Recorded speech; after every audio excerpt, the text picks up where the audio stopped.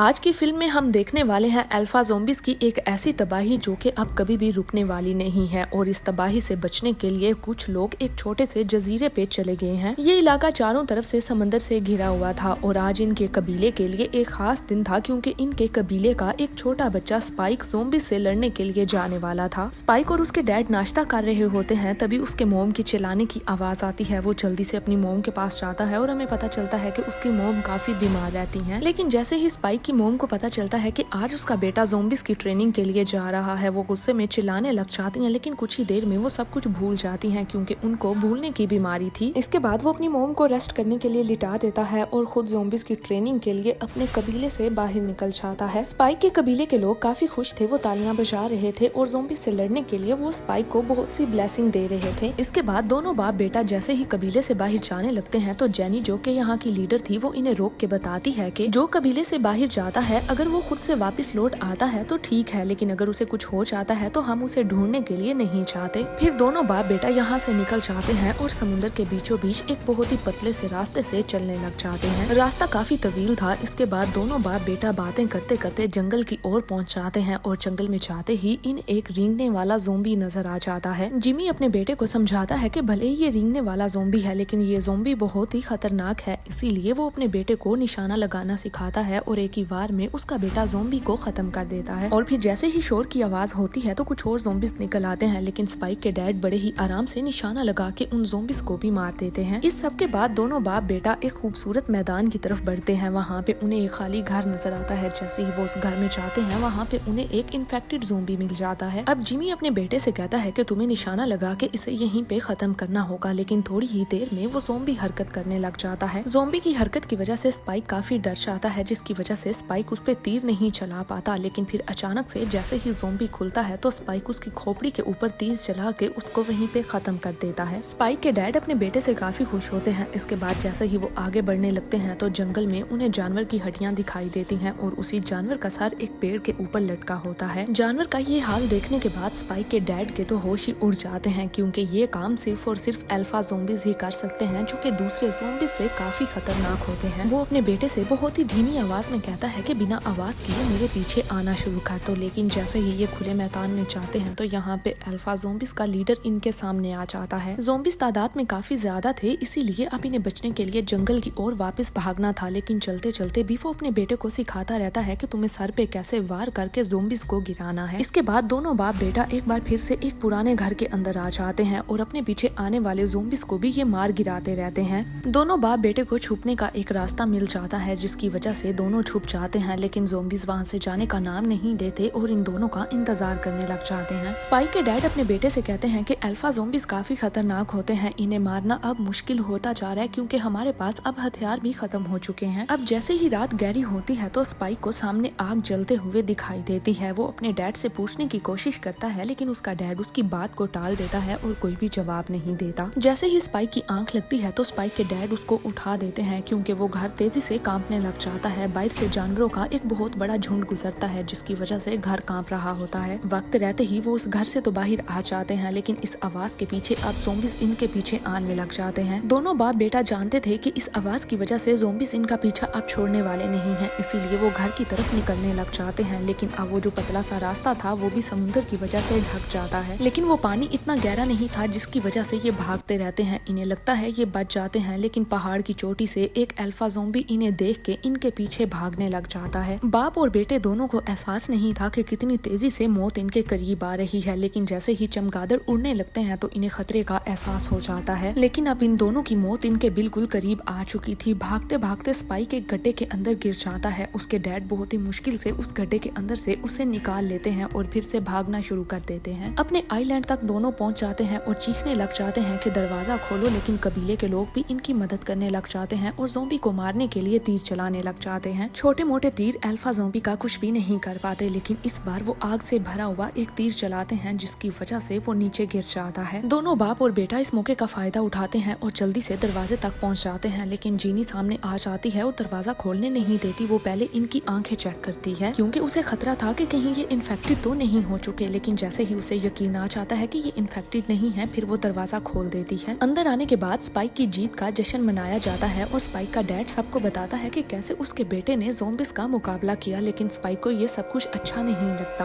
सभी लोग उसकी जीत का जश्न मनाते हैं और उसे शराब भी पिला देते हैं, लेकिन जैसे ही वो बाहर जाता है तो उसे उल्टी आने लग जाती है। बाहर जाने पे स्पाइक को अपने डैड किसी और लड़की के साथ नजर आ जाते हैं। स्पाइक समझ जाता है कि वो उसकी मोम को धोखा दे रहे हैं और इनका अफेयर उस लड़की के साथ चल रहा है। अब स्पाइक काफी उदास होकर चुपचाप अपनी मोम के पास आ जाता है, जहाँ पे उसकी मोम बीमार पड़ी होती है। स्पाइक अपने अंकल को सारी कहानी बताता है और उस आग के बारे में भी पूछता है जो कि उसने डैड के साथ जंगल में देखी थी, और उसके अंकल उसे बता देते हैं कि वो डॉक्टर किल्सन है। और फिर स्पाइक अपने डैड के पास जाता है और अपने डैड से पूछता है कि आपने अभी तक मेरी मोम को डॉक्टर किल्सन को क्यों नहीं दिखाया। उसके डैड बता देते हैं कि डॉक्टर किल्सन एक पागल डॉक्टर है, तो मैं कैसे तुम्हारी मोम को उसके पास लेके जाऊँ। ये सुनने के बाद भी वो अपने डैड से कह देता है कि मेरी मोम को इलाज की जरूरत है और मैं जानता हूँ कि आप उनका इलाज इसीलिए नहीं करवा रहे क्योंकि आपका अफेयर किसी दूसरी लड़की के साथ चल रहा है। ये सुनने के बाद स्पाइक को उसके डैड थप्पड़ मार देते हैं और स्पाइक यहाँ से गुस्से में आके चुपचाप चला जाता है और अपनी मोम के पास जाके रोने लग जाता है। इस सब के बाद स्पाइक के डैड उसको समझाने के लिए ऊपर आते हैं, लेकिन स्पाइक चाकू निकाल लेता है और अपने डैड से कहता है कि यहाँ से चले जाओ। अब वो अपने बेटे को और नाराज नहीं करना चाहता था, इसीलिए वो चुपचाप उसके हाथ में चाकू दे देता है और खुद वहाँ से चला जाता है। अब कुछ दिन के बाद स्पाइक अपनी मोम को यहाँ से लेके जाना चाहता था, इसीलिए वो जानबूझ के आग लगा देता है और सभी गार्ड्स कहता है कि तुम लोगों को आके मेरे साथ आग बुझाने में मदद करनी होगी। गार्ड्स को भेजने के बाद वो खुद वहीं पे रुक जाता है और सही मौका देख के वो अपनी मोम को लेके वहाँ से बाहर निकल जाता है। रास्ते में चलते चलते स्पाइक की मोम काफी घबरा जाती है और अपने हस्बैंड और अपने डैड को बुलाने लग जाती है, लेकिन उसका बेटा उसे शांत करता है और कहता है कि मैं आपको एक ऐसे डॉक्टर के पास लेके जा रहा हूँ जो आपको ठीक कर देगा। पूरा दिन सफर करने के बाद माँ बेटे को एक बिल्डिंग मिल जाती है। स्पाइक अपनी मोम से कहता है कि आप सो जाएं, मैं यहाँ पे पहरा दूंगा, लेकिन थोड़ी ही देर में वो खुद भी सो जाता है। और जैसे ही स्पाइक सो जाता है वहाँ पे एक रेंगने वाला ज़ॉम्बी आ जाता है और वो स्पाइक के जूतों के तस्मे चबाने लग जाता है। इसके बाद वो उसके मुंह की तरफ आगे बढ़ने लग जाता है। जैसे ही वो स्पाइक को काटने वाला होता है, पीछे से उसे कोई आके अपनी तरफ खींच लेता है। स्पाइक की जैसे ही आंख खुलती है उसे लगता है ये एक बुरा सपना है, लेकिन उसके पास से ज़ॉम्बी की लाश पड़ी होती है। वो अपनी मोम से पूछता है तो वो कहती है कि उन्हें भी नहीं पता। और फिर हमें फ्लैशबैक में दिखाया जाता है कि उसकी मोम ने ही ज़ॉम्बी की खोपड़ी पिलर पे मार मार के उसकी जान ले ली थी। दूसरी तरफ हमें कुछ आर्मी के लोग दिखाए जाते हैं जिनके पीछे अल्फा ज़ॉम्बीज पड़ चुके थे और वो लोग भी अब अल्फा ज़ॉम्बीज के अंदर ही तब्दील होते जा रहे थे। आर्मी के कुछ लोग तो इन्फेक्टेड हो जाते हैं, जो बच जाते हैं वो एक टनल के अंदर चले जाते हैं, लेकिन वहाँ पे भी एक अल्फा ज़ॉम्बी आ जाता है और ये अल्फा ज़ॉम्बी इनके सर और खोपड़ियाँ उखेड़ लेता है। सभी लोग मारे जाते हैं और एक बंदा बच जाता है जो कि टनल से भाग निकलता है। दूसरी तरफ स्पाइक अपनी मोम को वहाँ से लेके जा रहा होता है, लेकिन उसकी मोम की नाक से अचानक से ब्लीडिंग शुरू हो जाती है, जिसकी स्मेल से एक ज़ॉम्बी उनके पीछे पड़ जाता है और फिर जल्दी ही स्पाइक उस ज़ॉम्बी को मार गिराता है, लेकिन उसकी आवाज से और बहुत से ज़ॉम्बीज उनके पीछे लग जाते हैं। स्पाइक भागता रहता है, अपनी मोम को भी बचाता है और ज़ॉम्बीज का शिकार भी करता जाता है। स्पाइक अपनी मोम को एक गैस स्टेशन के अंदर लेके चला जाता है, लेकिन अंदर जाने पे उन्हें पता चलता है अंदर तो गैस लीक हो रही है, जिसकी वजह से वहाँ पे वो सांस भी नहीं ले पाते। लेकिन इतनी ही देर में सारे ज़ॉम्बीज उनके पीछे अंदर आ जाते हैं। अब दोनों माँ और बेटे को ज़ॉम्बीज ने घेर लिया था। मौत उनके काफी करीब थी, लेकिन अचानक से ऊपर से हैच खुलता है और बचा हुआ सैनिक उन्हें कहता है कि तुम दोनों छुप जाओ। जैसे ही वो छुपते हैं तो वो ऊपर से फायरिंग शुरू कर देता है और फिर फायरिंग की वजह से गैस स्टेशन में जोरदार धमाका होता है, जिसकी वजह से सारे ज़ॉम्बीज आग में जल जाते हैं और वो दोनों माँ बेटा सेफ जगह पे छुपने की वजह से बच जाते हैं। गैस स्टेशन से बाहर निकलने के बाद स्पाइक की मोम की हालत काफी खराब हो जाती है और वो बचा हुआ आर्मी का बंदा जिसका नाम एरिक होता है वो उनसे रास्ता पूछता है, लेकिन स्पाइक उन्हें कुछ भी बता नहीं पाता, इसीलिए वो फैसला करता है कि अब वो भी उनके साथ ही जाएगा। स्पाइक की मोम की हालत इतनी खराब हो जाती है कि एरिक उन्हें अपने कंधों पर उठा के आगे का सफर तय करता है। कुछ देर चलने के बाद वो लोग काफी थक जाते हैं। तीनों एक जगह पे रुक के आराम करते हैं। एरिक अपना मोबाइल निकालता है और सिग्नल चेक करता है, लेकिन सिग्नल ना होने की वजह से वो अपना मोबाइल ही फेंक देता है। आगे बढ़ने पे स्पाइक की मोम को किसी के चिल्लाने की आवाज आती है, तो वो उसी आवाज का पीछा करते करते एक ट्रेन तक पहुंच जाती हैं, लेकिन जैसे ही वो ट्रेन के अंदर जाती हैं तो वो हैरान रह जाती हैं। वहाँ पे एक इन्फेक्टेड औरत होती है जो कि ज़ॉम्बी बन चुकी थी और वो एक बच्चे को जन्म दे रही थी। वो ज़ॉम्बी काफी गुस्से में थी, लेकिन स्पाइक की मोम उसकी मदद करना चाहती थी, जिसकी वजह से वो ज़ॉम्बी एकदम शांत हो जाती है। थोड़ी ही देर बाद एरिक और स्पाइक भी यहाँ पे आ जाते हैं और इतने में वो ज़ॉम्बी एक बच्ची को जन्म दे देती है। बच्ची को जन्म देने के बाद उस ज़ॉम्बी को होश आ जाता है और वो इन पे अटैक करने लगती है, लेकिन एरिक सही टाइम पे उसे गोली मार के वहीं पे खत्म कर देता है। एरिक ज़ॉम्बी समझ के अब उस मासूम बच्ची को भी मारना चाहता था, जिसे इस दुनिया में आए सिर्फ अभी चंद सेकंड ही हुए थे, लेकिन स्पाइक और उसकी मोम को अंदाजा हो जाता है कि बच्ची खुशी बिल्कुल नॉर्मल है। एरिक अभी भी उसे मारना चाहता था, लेकिन एक ज़ॉम्बी हाथ आता है और ट्रेन से एरिक को बाहर निकाल लेता है और कुछ ही सेकंड के बाद अल्फा ज़ॉम्बी खुद उसी ट्रेन के अंदर कूद जाता है, जिसके हाथ में एरिक का सर होता है। अब वो मरी हुई ज़ॉम्बी को देख के इंसानों के पीछे बढ़ जाता है। स्पाइक हार नहीं मानता, उसके ऊपर तीर चलाता रहता है। तीर उसे ज्यादा तो नुकसान नहीं पहुंचाते, मगर कुछ देर के लिए उसे थोड़ा सा ढीला जरूर कर देते हैं। इसी मौके का फायदा उठा के ये ट्रेन से बाहर तो कूद जाते हैं, लेकिन अल्फा ज़ॉम्बी इनका पीछा नहीं छोड़ता। तभी वहाँ पे डॉक्टर कैल्सन आ जाता है और उसे एक बेहोशी का डोट लगा देता है। इसके बाद डॉक्टर अपना तारुफ करवाता है और बताता है कि वो अपनी बॉडी पे 24 घंटे आयोडीन लगा के रखता है ताकि ज़ॉम्बीज़ का उसके ऊपर कोई भी असर ना हो सके। जब स्पाइक उसे अपनी मोम को बचाने के लिए कहता है तो वो डॉक्टर उन्हें एक हड्डियों की दुनिया में लेके जाता है, जहाँ पे उस डॉक्टर ने हड्डियों के ढांचे बना रखे थे। जो हड्डियाँ कुछ मरे हुए लोगों की थी और कुछ ज़ॉम्बीज़ की थी। वो एरिक की खोपड़ी को आग में डाल देता है और जैसे ही एरिक की खोपड़ी से स्किन उतर जाती है तो वो उन खोपड़ियों के अंदर एरिक की खोपड़ी को भी रखवा देता है। इसके बाद वो डॉक्टर उस मासूम बच्ची के बारे में पूछता है और फिर जैसे ही रात होती है तो वो स्पाइक की मोम का इलाज शुरू करता है और उसे पता चलता है कि स्पाइक की मोम को कैंसर है और वो भी आखिरी स्टेज पे। अपनी मोम की ये हालत सुनने के बाद स्पाइक बुरी तरह से घबरा जाता है और उसे समझ नहीं आती। उसकी मोम उसे कहती है कि घबराने की जरूरत नहीं है, मैं जानती थी कि मैं काफी ज्यादा बीमार हूँ। फिर वो अपने बेटे को हौसला देते हुए बेटे का ध्यान भटकाने लगती है और डॉक्टर को चुपके से इशारा करती है कि मैं तैयार हूँ, क्योंकि शायद वो कैंसर की आखिरी स्टेज की और तकलीफ बर्दाश्त नहीं करना चाहती थी। अपने बेटे को काफी समझाने और प्यार करने के बाद वो उस मासूम बच्ची को अपने बेटे के हवाले कर देती है और खुद डॉक्टर के साथ जंगल की ओर चली जाती है। जंगल में जाने के बाद डॉक्टर हमेशा हमेशा के लिए उसको इस जिंदगी से आजाद कर देता है और इस तरफ स्पाइक बेचारा अपनी मोम के साथ बिताए हुए लम्हों को याद करके काफी दुखी होता है। जैसे ही डॉक्टर वापस आता है तो उसके हाथ में उसकी मोम की खोपड़ी होती है। डॉक्टर उसे कहता है कि इस खोपड़ी को सही जगह पे पहुंचा, तो वो जल्दी से उस टावर के ऊपर चढ़ता है और अपनी मोम की खोपड़ी को सबसे ऊपर रखता है। और अब अगली सुबह अल्फा ज़ॉम्बी इनके ठिकाने तक पहुंच जाता है। हालात को खराब होता देख के डॉक्टर और स्पाइक एक गड्ढे के अंदर छुप जाते हैं, लेकिन अल्फा ज़ॉम्बी काफी खतरनाक होने के साथ साथ तेज भी था। वो उस गड्ढे तक पहुंच जाता है और उसके ढक्कन को खोलने की कोशिश करता है, लेकिन वो उसे खोल नहीं पाता। इन्हें लग रहा था कि इनकी जान बच चुकी है, लेकिन तभी वो लकड़ी के अंदर से हाथ डाल के डॉक्टर को पकड़ लेता है। वो डॉक्टर की खोपड़ी अलग करने ही वाला था कि तभी स्पाइक जल्दी से डॉक्टर के बैग में से इंजेक्शन निकाल के उसके हाथ के अंदर लगा देता है। इंजेक्शन का जैसे ही असर होता है वो वहीं पे बेहोश हो जाता है और डॉक्टर की जान स्पाइक बचा लेता है। अब स्पाइक उस बच्ची को लेके अपने आइलैंड की तरफ बढ़ता है और वो उस बच्ची का नाम अपने मोम के नाम पे इशारा रख देता है और एक चिट्ठी के साथ वो वहाँ पे बच्ची को छोड़ देता है। और जैसे ही स्पाइक के डैड को बच्ची को लेटर मिलता है तो स्पाइक का डैड समझ जाता है कि उसका बेटा यहाँ से कहीं दूर चला गया है। लेटर में उसने ये भी लिखा था कि ये बच्ची पूरी तरह से इंसान है और डॉक्टर कैल्सन पागल नहीं है। लेटर पढ़ने के बाद उसका डैड जल्दी से उसे ढूंढने के लिए गेट खोल के बाहर निकल जाता है, लेकिन पानी का बहाव इतना तेज था कि रास्ता भी गुम हो चुका था। 28 दिन बाद हमें स्पाइक दिखाया जाता है जो कि जानवरों का शिकार करके जिंदा रह रहा था। और अब यहाँ पे एक अल्फा ज़ॉम्बी स्पाइक को देख लेता है, लेकिन स्पाइक एक ही झटके में उसको मार गिराता है। लेकिन अब कई सारे अल्फा ज़ॉम्बीज उसके पीछे लग जाते हैं